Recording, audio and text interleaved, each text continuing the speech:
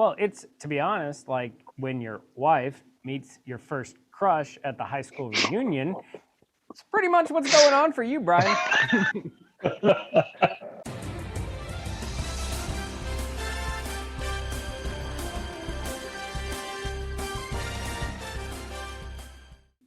All right, so welcome to another episode of our March Madness Bottled and Bond bracket.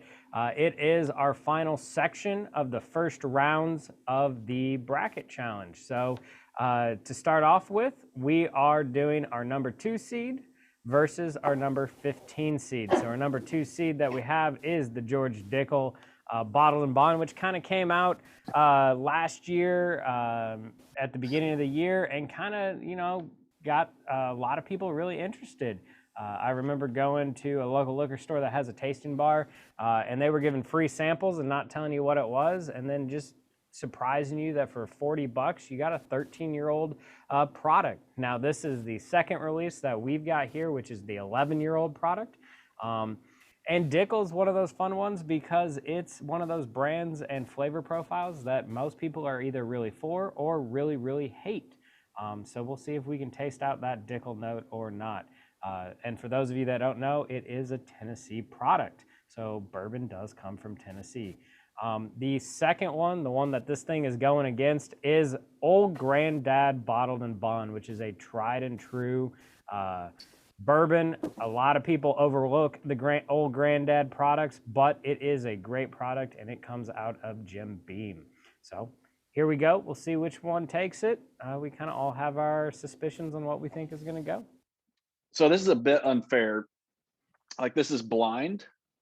Yeah, I know what it is. It's not blind. Like these two, especially like, Jim Beam products have if you've tasted enough Jim Beam products, you can usually pick them out.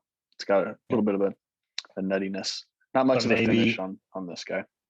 But maybe in the spirit of things tonight, you're not trying to pick it out and you're just tasting for Sorry, taste. I have a palate.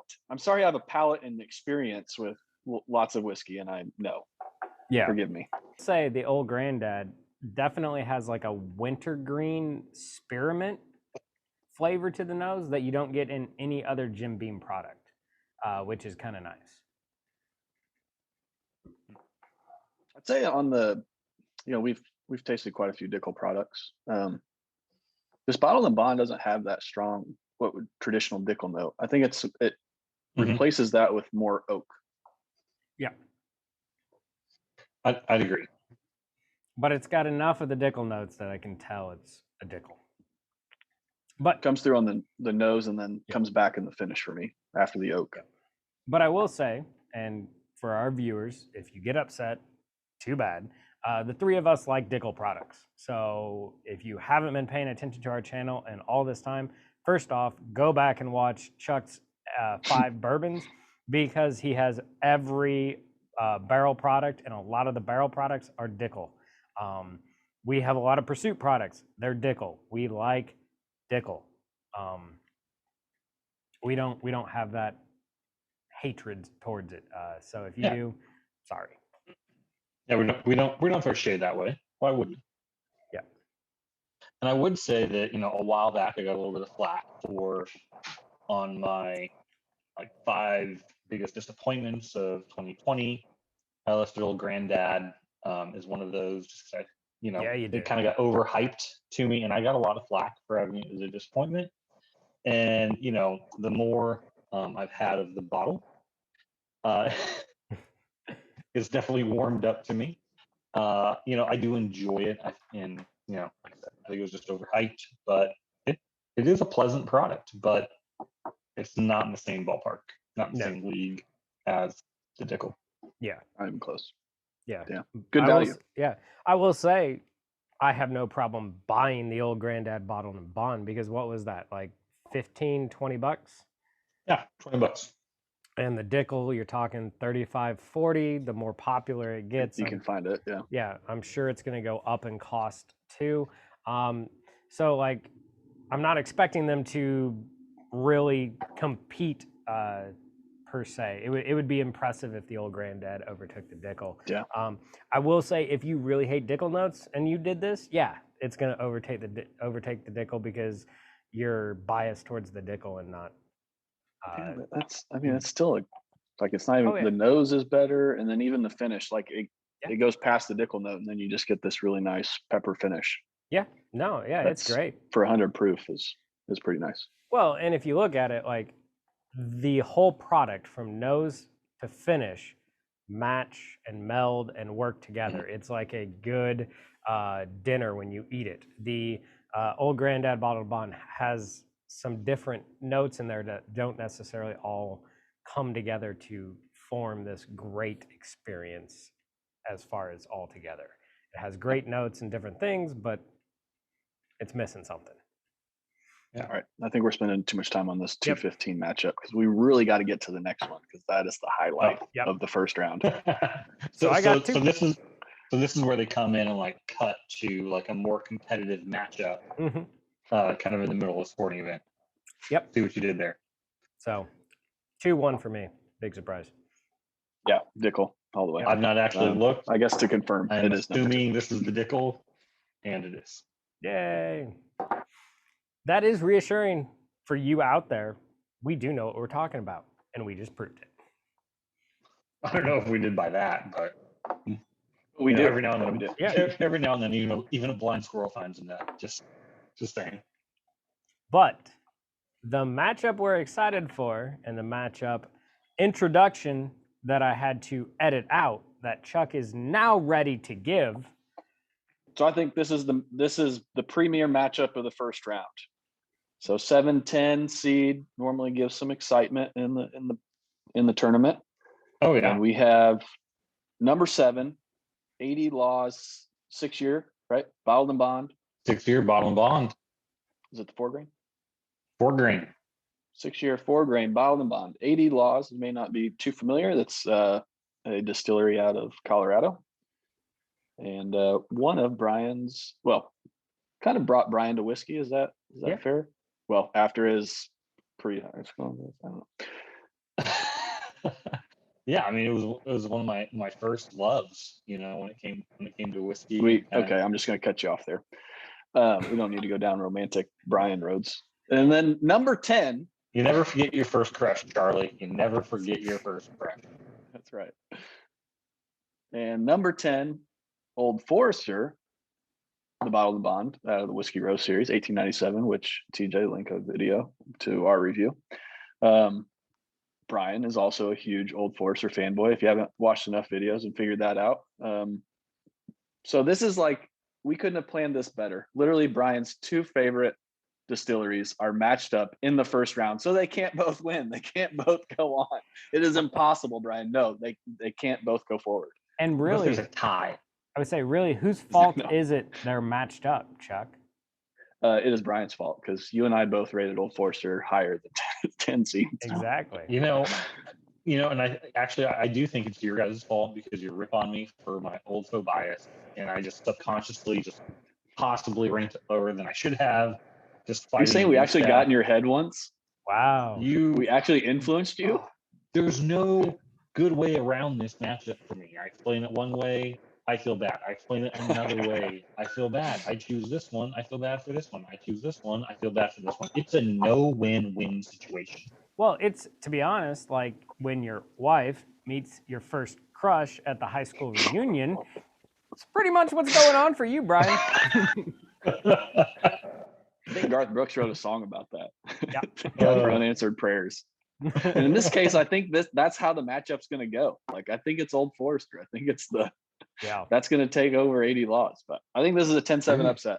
But I haven't had the 80 laws in a while. So yeah, I mean, we ranked it very well when we tried it several months ago. We did. So, that's fair. Now, I will say, if we got in your head and affected how you rank Old Faux products, or you made a choice on how you feel about an Old Faux product based by our decision, I wish you would have done that same thing and would have bought that barrel strength Old Faux we tried to talk you into buying that you now don't have. One. And Chuck and I both have 2. I was anticipating that being brought up. I think, let me see, how often do I anticipate that being brought up when I pass me the Old Faux barrel? Every time we talk about Old Faux. Yep. I believe that's how often we brought it. Well, we don't want to let you down. I mean, it'll be brought up until you have your own barrel strength Old Forester product. Well, and I think even then you'll be mentioning, oh, you have that one barrel strength, you could have two. And I feel like that'll be your point. But if you find another one, Chuck and I will probably be right there with you buying it too. So we'll have 3 and you'll have 1. Yep. So if we want to talk about these noses, gentlemen, it's already very clear to me which is which. One is giving me a little bit of a grassy note. Yep. A little bit of sweet in there too on that one, but predominantly, getting some grass. Yeah. Yeah. One's got a malty nose to it. I would say there's like I would say like if I had to guess, I would say that's the 80 Laws because it's got more going on, and since the 80 Laws is 4 grain, I would expect to get more in that nose coming from all those things. Whereas the other one is a traditional, like I would say, a high rye bourbon note. You got caramel, you got rye spices, maybe a little hay grass in there. To be honest, tonight I like this one, the malty one, over the other one. So we'll see what I go with. Might be off on which you think is the Old Foe, though. I could be. Yeah. Well, and going back to the Old Foe review, like the Bottle and Bond Old Foe is a little bit of a different profile than the other Old Foe. So it kind of, if you have in your head like, oh, this is the Old Foe, it's like, you can't really go to the traditional Old Foe profile to figure these out as much. So the only one that surprised me previously in the first round was Early Times. I didn't peg that one correctly. I think I had these two pegged correctly. So what I'm calling grassy has got to be the 80 Laws. See what I'm calling a little grassy, bit of a dough note. Interesting, because if I think what I'm getting grassy and everything on, I think that's the Old Forester. No, I think this, at least so far we've all been very aligned on our tasting notes, even though we don't know, like these are the 1, 2 are different for each of us. Right. Yeah, I think this has got to be the 80 Laws. Honestly, it goes to a nice. Yeah, so the 80 Laws, it goes to it, like even like the nose isn't. I give the nose to the other one, but then the palate's quite nice. Assuming you have it pegged correctly.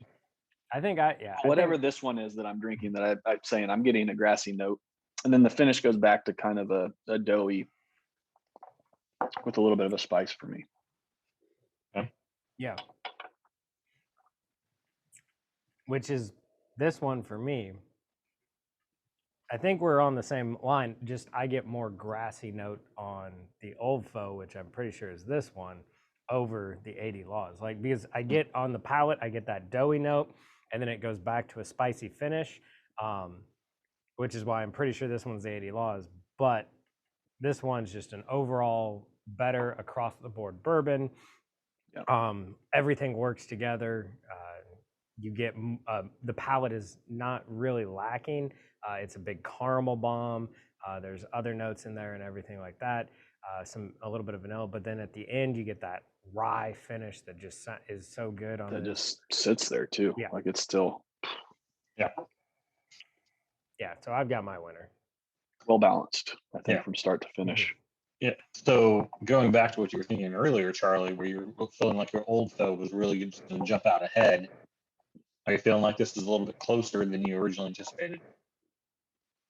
It's still clear for me, but I would agree that, I mean, I would have flipped the seed, really. I think if the Old Foe was a 7 seed, I think this would be appropriate. Yeah. Like it's not, the difference is here, not here. Yeah. Okay. So what I take it as is, so we know the Old Foe Bottle and Bond is at least 4 years. We don't know how much older beyond that it is. So it could be a 10-year product and they're just not telling us. I feel like they would tell us. Do you know if that's in their climate controlled? I think if I remember right, when I toured, the only thing in their climate controlled section is barrel picks. Is the only thing that's in there. But I feel like all this comes down to is Old Foe has been doing this way longer, and there's got more of a stock that they can taste stuff and be like, yep, that's going to be the one, and put this out and blend with a whole bunch of other stuff because even the bottled and bond you can blend as long as it's all in the bonded warehouse and it comes from the same season. So they can take the best of that thing and blend it out to this, whereas 80 Laws is much smaller. So what they have is what they have, and they don't have as much of the freedom as Old Foe does. So I put this more as a single barrel type product, whether that's right or wrong. And I think that's the only thing that comes into play. I think if 80 Laws had the same stock that Old Foe had, I think they would be able to compete just fine. And I think experience just is going to play, and we'll see if I'm right. But this is definitely my winner. So I'm ready. I have my winner. I'm ready. I have my winner. 10. 10. I had 7. Oh. And this is why we have 3 people and not 4 people. So that, like, I'm happy all around. Like, for my Old Foe, I feel bad for my Laws. I'm just like, the Laws was good. Like, I don't know how to feel. I mean, I'm not gonna lie, the 80 Laws was good. I would drink it. I have no problem with it. But when it comes down to it, because what was it? The 80 Laws was $75 or so a bottle. I mean, I'm just gonna buy the Old Foe bottled and bond. Unless I lived in Colorado or close to Colorado and I really wanted to support 80 Laws to get them up and running and, you know, really distributing, because they're going to come out with even better product as it goes. But I mean, we've had some great stuff from them. But what was it? A honey curacao, or there was a curacao finish that we rated outstanding. Yeah. Yep. Unfortunately, Brian only had a little partial bottle and couldn't send us more. But yeah. And you know, and the thing with Laws that's fun too is they do a lot of unique things.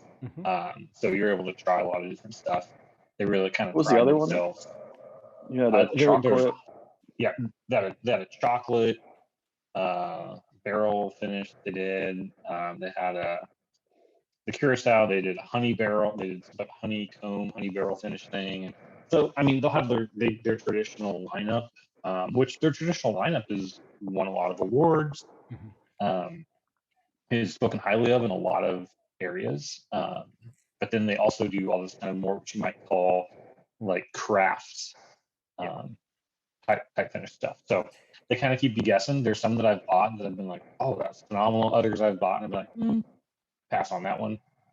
Yeah, and I would say for those that haven't ever heard of 80 Laws and you're in the Louisville, Southern Illinois, Southern Indiana area, it is very similar to a place we have around here called Hubert's. They are starting to do a whole bunch of stuff and finishing things in all different types of barrels. They've got honey barrels, brandy barrels. They're getting ready to come out with a rye finished in Cuban cigar barrels, which I didn't know you aged Cuban cigars in barrels. Apparently you do. So they're going to have one of those. So they do, because they're a smaller distillery, do all these amazing cool flavor profiles. And so, like I said, it's like a single barrel, because you're going to get that, what is it, the one we really like, that chocolate one, that was amazing, and they may never do it again. So it's kind of, you know. Well, and the cool thing, you know, if you do go to Denver, I definitely put it on your they give a great tour, and actually your tour turns into a flight, you know, so you basically pay for your flight through the tour. And 80 Laws is actually there quite often. And actually, when I did one of my tours one time, he just randomly just was working the room, just talking with people, and you didn't even know who he was at first. And then all of a sudden you're like, oh, you're that guy. So honestly, great guy to hang out with. So if you go to Denver, definitely worth hitting up. So with that, thanks for watching. Please hit the subscribe, click the bell so you get alerted with the new videos, all that stuff. Check out our Patreon if you're interested in our Glen Karens. And for other things in the future, we're definitely going to let our Patreons know first. But yeah, so we'll see you next time. Stay neat. Power of Bourbon.